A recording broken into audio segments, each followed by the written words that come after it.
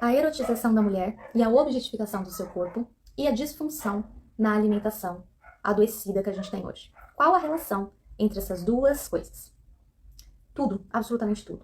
O que a gente vê todos os dias no consultório e em todos os lugares, não precisa ser uma nutricionista, nem ter uma atividade como a minha para saber, mas as mulheres, 99,9%, para não dizer 100% das mulheres que chegam ao consultório, estão desconfortáveis com seus corpos, insatisfeitas, né, e buscando alterações, modificações por meio da alimentação, como se a alimentação fosse ali um objeto, né, uma ferramenta para isso, muitas vezes perdendo a funcionalidade, o verdadeiro e genuíno, né, original. Na verdade, o papel original da alimentação se perde muito quando você trata da alimentação apenas como uma ferramenta.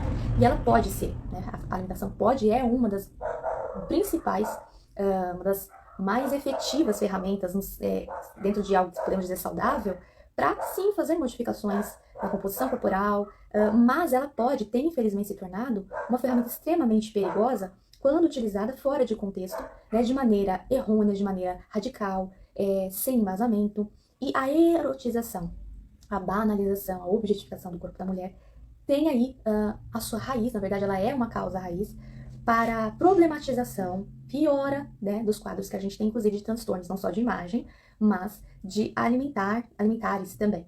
E não precisa ser um transtornado, não precisa ter um transtorno de imagem, nem coisa parecida, para já ser atingido por isso, né? Para ter a influência disso em sua vida.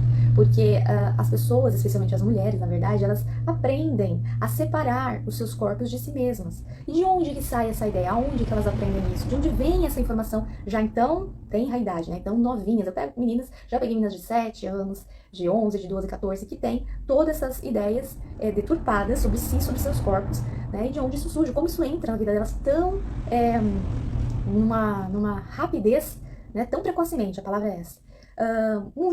Muito por conta disso, né? O corpo se tornou moeda de valor, né? Então, o significado, a ideia que elas têm de si mesmas está muito relacionado a seus corpos, porque o corpo da mulher, nessa conjuntura atual e já, na verdade, bem antiga, nessa cultura infeliz que a gente tem, ele é feito para ser visto, diferente do corpo do homem, que não é erotizado, ou pelo menos não tanto quanto, né, as mulheres. O homem, ele tem outras características ali que são importantes na sua validação, na sua ideia de valor, mas que pouco tem a ver ali com a sua imagem, né? Então a mulher, ela tem a imagem como forma de valor. E aí não era assim, não é para ser assim. Isso é uma história longa, mas a gente sabe que começou ali como uma questão de propaganda, de marketing, né, de venda, onde foi colocando a mulher ali de uma maneira cada vez mais escultural, cada vez mais distante, obviamente, da realidade, com curvas que não são reais, recortes, né, especialmente dos corpos. Então não era mostrado um corpo inteiro, e sim pedaços de corpos. A gente vê isso até hoje em outdoors, né? Então toda essa criação da mulher como algo, né, e não como alguém, faz com que a gente comece a ter problemas, onde a gente passa a olhar para nós com um olhar de julgamento, né? Então a gente olha no espelho ali procurando se a gente está batendo com a expectativa que nos é colocada. Isso tudo é uma expectativa que se é criada. Obviamente, uma expectativa que não é alcançada de forma, não pelo menos de forma natural. Hoje em dia existem diversas, né? A gente não é segredo para ninguém as diversas alternativas estéticas, cirúrgicas e não cirúrgicas que a gente tem para tentar chegar nesse lugar, e que quase ninguém chega, ou melhor, ninguém chega. E ninguém escapa disso, né? A gente sabe que nem as meninas que estão distantes dessa padronização, e que são muitas, que é a grande massa, e nem aquelas que estão próximas. Também tem ali um sofrimento, porque elas ficam tendo que manter isso pro resto da vida, sendo que o corpo é algo orgânico, ou seja, é completamente mutável, né? Sujeito às mutações, transformações, não só ao longo dos anos, como a cada segundo, cada momento do dia a gente acorda de um jeito, no meio do dia a gente já tá de outro e vai dormir de outro. Então a gente tá falando de um quesito totalmente orgânico, que não tem como exigir um controle ou ter um controle absoluto, que é, de certa forma, difundido, né? Porque para você ter isso, que é um padrão que se fala, a gente precisa ter um controle absoluto, senão não é mais padrão, não consegue estar dentro de um padrão. A gente tá falando de uma coisa estática que é impossível de ser aplicada na realidade do corpo. Mas nada disso é levado em conta, afinal de contas, a gente tem que atender aí às expectativas. Isso acaba também com muitas coisas relacionadas aos homens. Os homens também entram nessa e se tornam marionetes e acabam sendo vítimas, de certa forma, sem saber. Mas eu não vou entrar nesse mérito aqui, não é o ponto principal desse vídeo, mas sim entender como essa essa forma de ver o corpo da mulher fez com que nós adoecêssemos a nossa relação com o nosso corpo e com a nossa imagem. Quanto isso impacta na nossa alimentação, dito isso, uma vez que ela se tornou aí uma ferramenta, a principal ferramenta, ou a ferramenta assim mais acessível, entre aspas, não diria mais fácil, porque as dietas que se colocam pra gente chegar nesses lugares são extremamente difíceis, antinaturais, né? São dietas que mais parecem torturas, né? Ditaduras, mas que muitas vezes entre você pagar uma cirurgia, por exemplo, e comprar ali alguns ingredientes, para a grande maioria está muito mais acessível essa segunda opção, né? Então, por isso que eu digo que é hoje uma das principais ferramentas.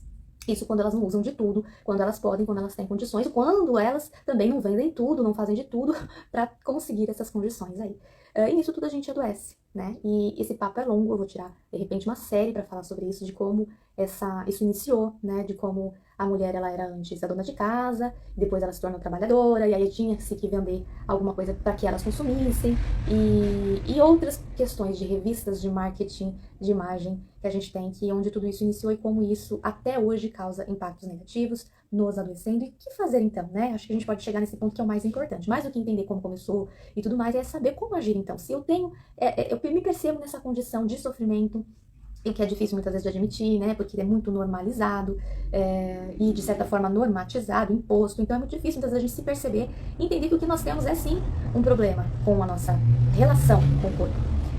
E aí a gente tem que aplicar, pelo menos tentar, né, dia a dia, como exercício diário, aplicar neutralidade no nosso olhar do nosso corpo. Muito se fala em amar o corpo, em se amar, é óbvio que a gente deve buscar se amar, e se amar não tem a ver com se sentir 100% agradável, né? Você gostar de tudo em você, você aprovar tudo em você. Se bem que a gente não tem que aprovar ou desaprovar nada, a gente é o que a gente é, né? Não tem muito, a nossa aprovação não muda muita coisa. Mas não se trata de você, de uma hora pra outra, que você não gostava do seu nariz, você passa a gostar. Você não gostava da sua dobra, você então passa a gostar. Dificilmente, né? Então acho que é uma outra coisa que é doentia, que está sendo difundida, é esse famoso amor próprio, impositório, onde a gente, de uma hora pra outra, tem que passar a se amar, tem que passar a se aceitar, tem que passar a ter orgulho do que é, e tem que passar a se expor também, né? Expor esse corpo de uma maneira assim muito abrupta. E isso é tão doentio, massacrante quanto. Isso gera tanto sofrimento quanto muitas não conseguem. E aí se sentem duplamente culpadas, porque não se gostam e porque acham que deveriam se gostar, então acaba ficando pior do que antes. Entender que se amar se faz ser necessário, mas nada tem a ver com isso, né? Se amar, se aceitar, é você entender, né? Você olhar a condição ali que você tem, que de repente não te agrada, mas você entender que isso não é o fim, que isso não determina o seu valor, que dentro de uma possibilidade até saudável, se é que for possível, se é que realmente não for violenta, você pode sim alterar, né? Não é problema nisso. Buscar melhorar aos seus próprios olhos, mas sempre filtrar. Por quê? Aquilo te incomoda. Aquilo te incomoda porque de fato incomoda a você, ou te incomoda porque você aprendeu a estar incomodada com aquilo. Porque você aprendeu que aquilo é algo que não bate com a expectativa, então passa a incomodar. Então a gente precisa filtrar, e mesmo que a gente chegue a essa conclusão, a gente tem que olhar. Não, isso aqui é possível de melhorar? Melhorar, vamos usar esse termo, né? Não seria o ideal, porque ninguém melhora. Acho que essa coisa de melhorar, eu não curto muito essa palavra, acho que não se aplica a corpos, porque ninguém tem que melhorar de nada. O nosso corpo é o que ele é, e ele é perfeito como ele é. Por mais que a gente não ache isso, ele é perfeito como ele é. Aí a gente que coloca imperfeição onde não tem. Mas é a gente ter esse olhar de falar, ok, não me agrada.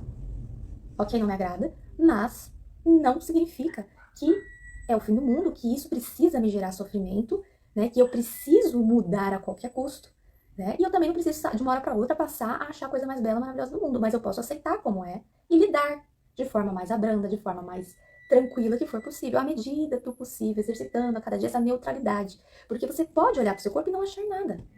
Você não precisa determinar que algo é bonito ou algo é feio, algo é correto ou algo é errado. Você não precisa colocar adjetivos e determinações. Você pode simplesmente olhar, enxergar como é e só, de forma neutra, sem precisar dar nomes e determinações e adjetivos. Né? É difícil, mas a gente tem uma facilidade muitas vezes de fazer isso com uma amiga, com alguém querido. A gente muitas vezes não tem dificuldade para falar dos outros, né? Que é um tal de falar do corpo alheio que é uma beleza. Mas assim, às vezes uma pessoa querida, você tem essa condição, você aplica, você exercita isso, mas que você não consegue, não faz. E é difícil mesmo. A gente tem que fazer isso, exercitar todos os dias, para que de alguma forma a gente vai eliminando essas toxinas, essa doença que pegou na gente, que é uma coisa intrínseca, que foi colocada culturalmente mesmo, e que a gente tem que desmontar, a gente tem que ir ressignificando, a gente tem que ir retirando. Então, muito do que a gente consome, do que a gente absorve, vai colaborar ou não com isso. Então, a gente também tem que filtrar aquilo que a gente vê, aquilo que a gente assiste, aquilo que a gente absorve, né? E buscar coisas que nos levem a essa saúde mental, física, tá? e sempre combater, quando for possível, em todos os ambientes que você vê, essa dissipação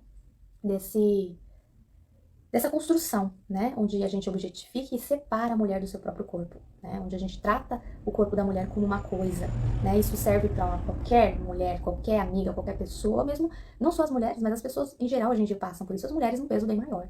Então a gente tem que trazer de novo e o olhar, inclusive, do homem para a mulher, né? O olhar do homem já tá bem doentio, né? A gente não precisa nem falar o quanto isso gera de distúrbios, né? Que a gente vê sexuais e não sexuais. Eu nem vou entrar nesse mérito. Mas nós mulheres precisamos primeiramente nos posicionar e dessa forma, se posicionando, a gente consegue de alguma maneira também trabalhar e influenciar as outras visões, as outras pessoas, sendo homem, sendo mulher. Mas essa cultura precisa ser enfrentada. A gente não pode simplesmente falar, ok, as coisas estão assim, a gente está adoecendo cada vez mais, tá tudo bem. Então sim, tem tudo a ver e a gente precisa enxergar isso para poder então combater de frente essa problematização que é um problema social. Tá bom? E a gente vai falar muito ainda mais sobre isso, talvez em forma de séries por aqui. Acompanha para você não perder, tá bom?